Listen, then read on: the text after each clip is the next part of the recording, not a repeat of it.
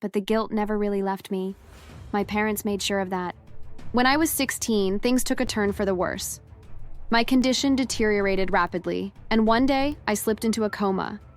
I don't remember much from those days, but when I woke up weeks later, my grandparents were at my bedside. Oh, thank God. We're so happy that you finally woke up. Where are Mom and Dad? I'm very sorry to tell you, but they left, Julie. They couldn't handle it anymore. But don't you worry, we're here, and we're not going anywhere. They left?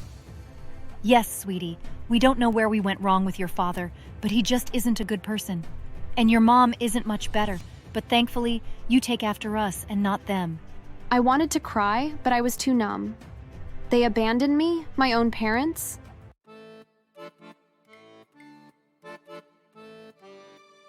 Hi there, my name is Julie, and I want to share a story about how my life changed drastically. I'll be honest, it isn't exactly a very happy story, but I can promise that it does have a somewhat happy ending. Well, maybe not happy in the traditional sense, but I'm very happy with how things turned out. For as long as I can remember, I've been sick. My immune system seemed to have it out for me, and doctors couldn't pinpoint exactly what was wrong. I spent most of my childhood in and out of hospitals, hooked up to IVs, and enduring endless tests. But the hardest part wasn't the illness itself. It was the way my parents treated me because of it. For as long as I can remember, they always saw me as a burden and made no secret that they saw me that way. Hey, Mom and Dad, can we go somewhere fun this summer? Of course not. But why not? Wouldn't it be fun? Julie, you're the reason we can't take a vacation. All our money goes to your treatments. Do you know how much easier life would be if we didn't have to worry about you? Do you know how much money we could save if it wasn't for all your medical bills? Sometimes I wonder if life would just be easier if you would just die. I knew they were stressed, but can you imagine how painful it must be to hear your own parents say such things? I didn't choose to be born, and I definitely didn't choose to be born with all these problems. However, the guilt they placed on me felt unbearable. I tried to hide my symptoms sometimes, just so they wouldn't get angry. It never worked. Eventually, I would need to go to the hospital or the doctor, and they would make me feel like a burden every time that I had to. Thankfully, my grandparents were my safe haven. They lived a few streets over and would visit as often as they could. Grandma always had a way of making me feel like I was safe, and that things would eventually get better. She would often say that one day all of this would just be a distant memory. Your parents are wrong, Julie. None of this is your fault. You didn't ask to be sick, and you're not holding anyone back. One day, you're going to be stronger than all of this. We'll make sure of it. I clung to their words, but the guilt never really left me. My parents made sure of that. When I was 16, things took a turn for the worse. My condition deteriorated rapidly, and one day I slipped into a coma. I don't remember much from those days, but when I woke up weeks later, my grandparents were at my bedside. Oh, thank God. We're so happy that you finally woke up. Where are Mom and Dad? I'm very sorry to tell you, but they left, Julie. They couldn't handle it anymore. But don't you worry, we're here, and we're not going anywhere. They left? Yes, sweetie. We don't know where we went wrong with your father, but he just isn't a good person.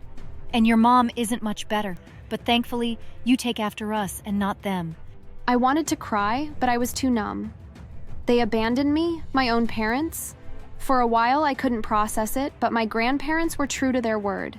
They stayed by my side and cared for me like I was their own child. In fact, they treated me so well that I almost forgot about my parents entirely.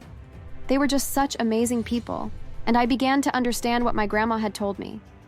My parents were not good people, and it was a blessing in disguise to no longer have them in my life.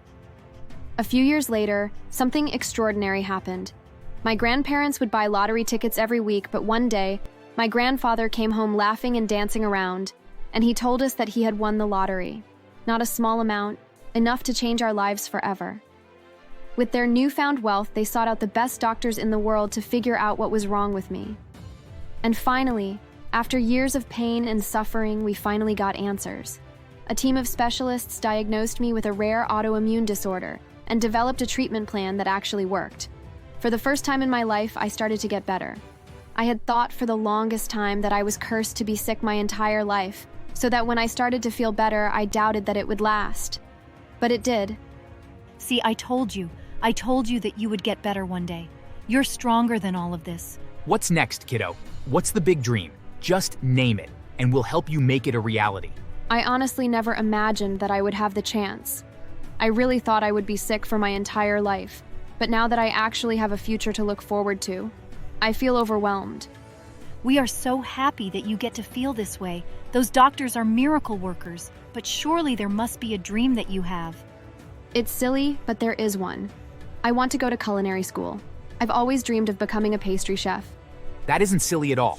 If that's your dream, then let's make it a reality. And that's exactly what I did.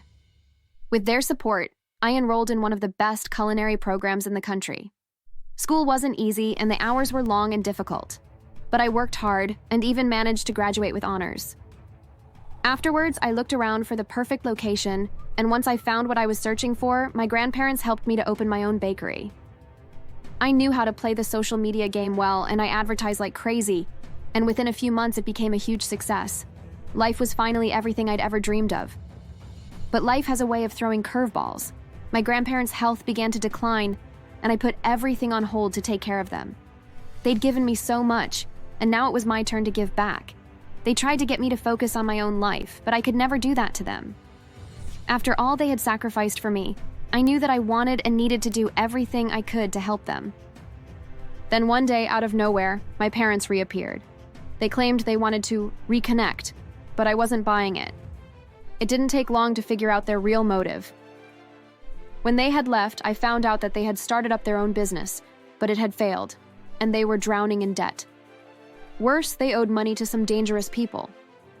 I only found out when I asked my mother how they had gotten the loan to start up their own business. They had approached a crime boss for the starting capital. She told me, but I knew that she only did so because she needed me to understand how much they needed help, and that she wanted me to feel sympathy for her and my dad. Julie, we're desperate. If you don't help us, we're in serious trouble. You have the money, and when your grandparents pass, you'll inherit even more. You can afford to help us. Are you serious? You abandoned me when I needed you most, and now you come crawling back for money? We're not giving you a cent. You made your choices. Now you need to deal with the consequences. You two have a lot of nerve demanding your daughter and parents help you after what you did, and the way you treated us. Things escalated quickly.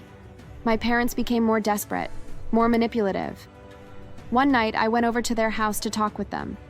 They kept begging me to see reason and help them, and to promise that I would give them my inheritance once my grandparents passed away. It was so infuriating, and I wanted them to just leave me alone. While there, I got suspicious of them as they kept saying that soon my grandparents would be dead and I would have more money than I knew what to do with it. I ended up excusing myself, and I pretended to go to the bathroom. Once I was out of their line of sight, I snuck into their office and looked at their emails on their computer. I wasn't sure what I was really looking for, but I found evidence that they were planning to poison my grandparents to get their hands on the inheritance faster. I couldn't believe it. They were sending emails back and forth with someone that they were trying to hire to kill my grandparents. I acted fast and called the police. I wasn't sure if I had enough evidence, but the mere presence of the police made my parents terrified. Once they arrived, they began to investigate and turned everything over and revealed enough evidence to arrest my parents. My mom somehow managed to flee and snuck away while the police were conducting their investigation, but my dad wasn't so lucky. He was convicted and sent to prison. There was more than enough evidence to send him to prison for a decade. Unfortunately for him, he would not end up serving his whole term though, but more on that in a second. I thought that would be the end of it. I figured that my parents were out of my life. With my dad in prison and my mom in the wind, I figured I could return to my life. Sadly, it wasn't. A few months later, I was approached by some men who worked for the crime boss my parents owed money to. We don't want anything from you. We just want to know where your parents are. My dad's in prison. As for my mom, she'll come out of hiding eventually. Probably when my grandparents pass, thinking she'll get something. That isn't good enough. So long as you promise that you leave my grandparents and I out things. I may have an idea. That's when I told them about a way I might lure my mom out of hiding. They listened and agreed to my request, so long as the idea worked. I posted a fake obituary for my grandparents in the local paper saying that they had passed away suddenly. Sure enough, my mom showed up at my bakery a few days later demanding to know when the will would be read. Julie, I'm so sorry. I know it must hurt, but they are in a better place, and soon enough we'll be doing well once they read the will. Save it. I have no interest in anything you have to say. I excused myself, went to the back room, and made a quick call to the men who had visited me. Within a few minutes of my ignoring her, my mother left the store in a huff. I never saw her again. Later, I heard that my father had been killed in prison, likely on orders from the crime boss. I should have felt guilty, but I didn't. They'd made their choices, and I'd made mine. I can only assume that my mother either fled again and is still on the run, or that the men I notified found her, and that they killed her as well. Either way, I was finally able to move on with my life. My grandparents eventually recovered, and we spent the next several years together, cherishing every moment. They'd always told me I was stronger than my circumstances, and now I finally believed them. Thank you for never giving up on me. Family sticks together, kiddo. And that's exactly what we did. Thanks for watching.